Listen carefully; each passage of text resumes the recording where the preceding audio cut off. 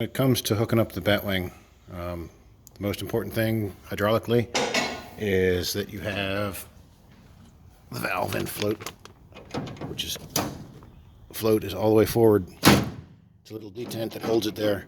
That means it's open. There's no hydraulic power going either way, so it lets any trapped pressure out.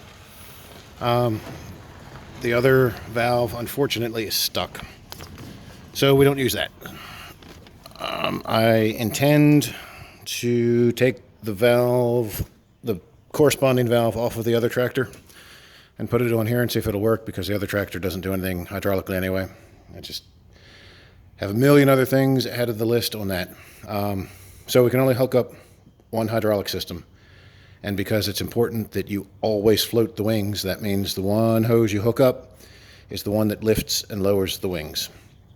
Also, as luck would have it, the other hose that changes the height, got a new hose for it, and you can't really tell, but somehow it hit something and it's cracked right there at that fitting and it leaks. So, yeah, see how it's not super straight? So we're not changing the deck height anyway. So this hose will just get tucked out of the way somewhere.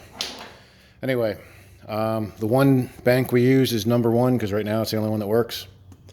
This is number 1 on the left port dismounting side of the tractor.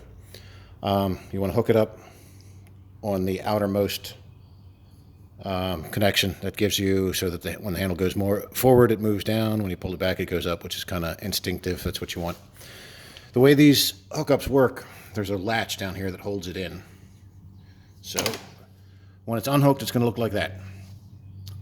The coupler is all the way out and flush here. Sometimes they can be stuck back in like that. If that's the case, it's not going to go in because it's already trying to lock itself. So you need to push it out. So you've got this lever under here. Where? Here. This lever. You can use that to push it out, although it usually comes out when it gets unhooked anyway. So put your hose in, nice and straight. Make sure it's clean. You're not forcing any dirt in there. Push it in until it stops moving. Okay. Now at this point, it'll come right out. So the next step, lock it. Rotate the lever 90 degrees. Don't force the lever. If for some reason it doesn't want to move, it could be that you're not in far enough, and sometimes it will lock it in the rest of the way. Don't force it. Don't hit it with a hammer. The only time you can hit it with a hammer is if it's stuck on there and you're trying to get it off. But these little levers go up inside the valve, and they're not very strong, and they've been broken before. In fact, oh no, I thought that one was broken off. It was just locked over. But anyway, so that's how it should be. That's what it should look like when it's hooked up. The zip ties here, I used to have them labeled number 1 and number 2. That doesn't mean anything anymore because we don't have 2 valves. But anyway, it is designed to break away in theory. If you run over the hose or something, it's supposed to let go. That doesn't always happen.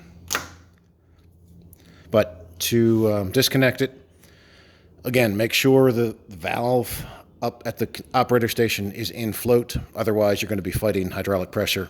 And then turn the lever straight that way and just pull it out.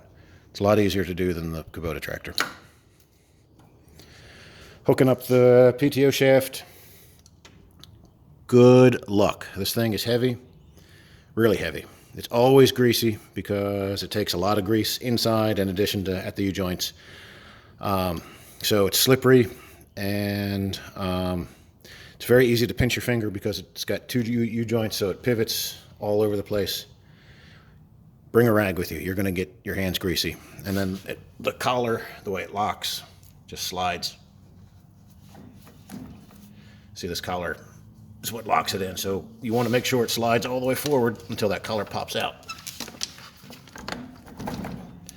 Like that, because you really don't want the shaft coming off when it's spinning 2200 RPM. Well, 540, the motor's 2200 RPM. The other important thing, the jack comes off and gets stored over here. where it's not going to get hurt. You want a nice big strong pin,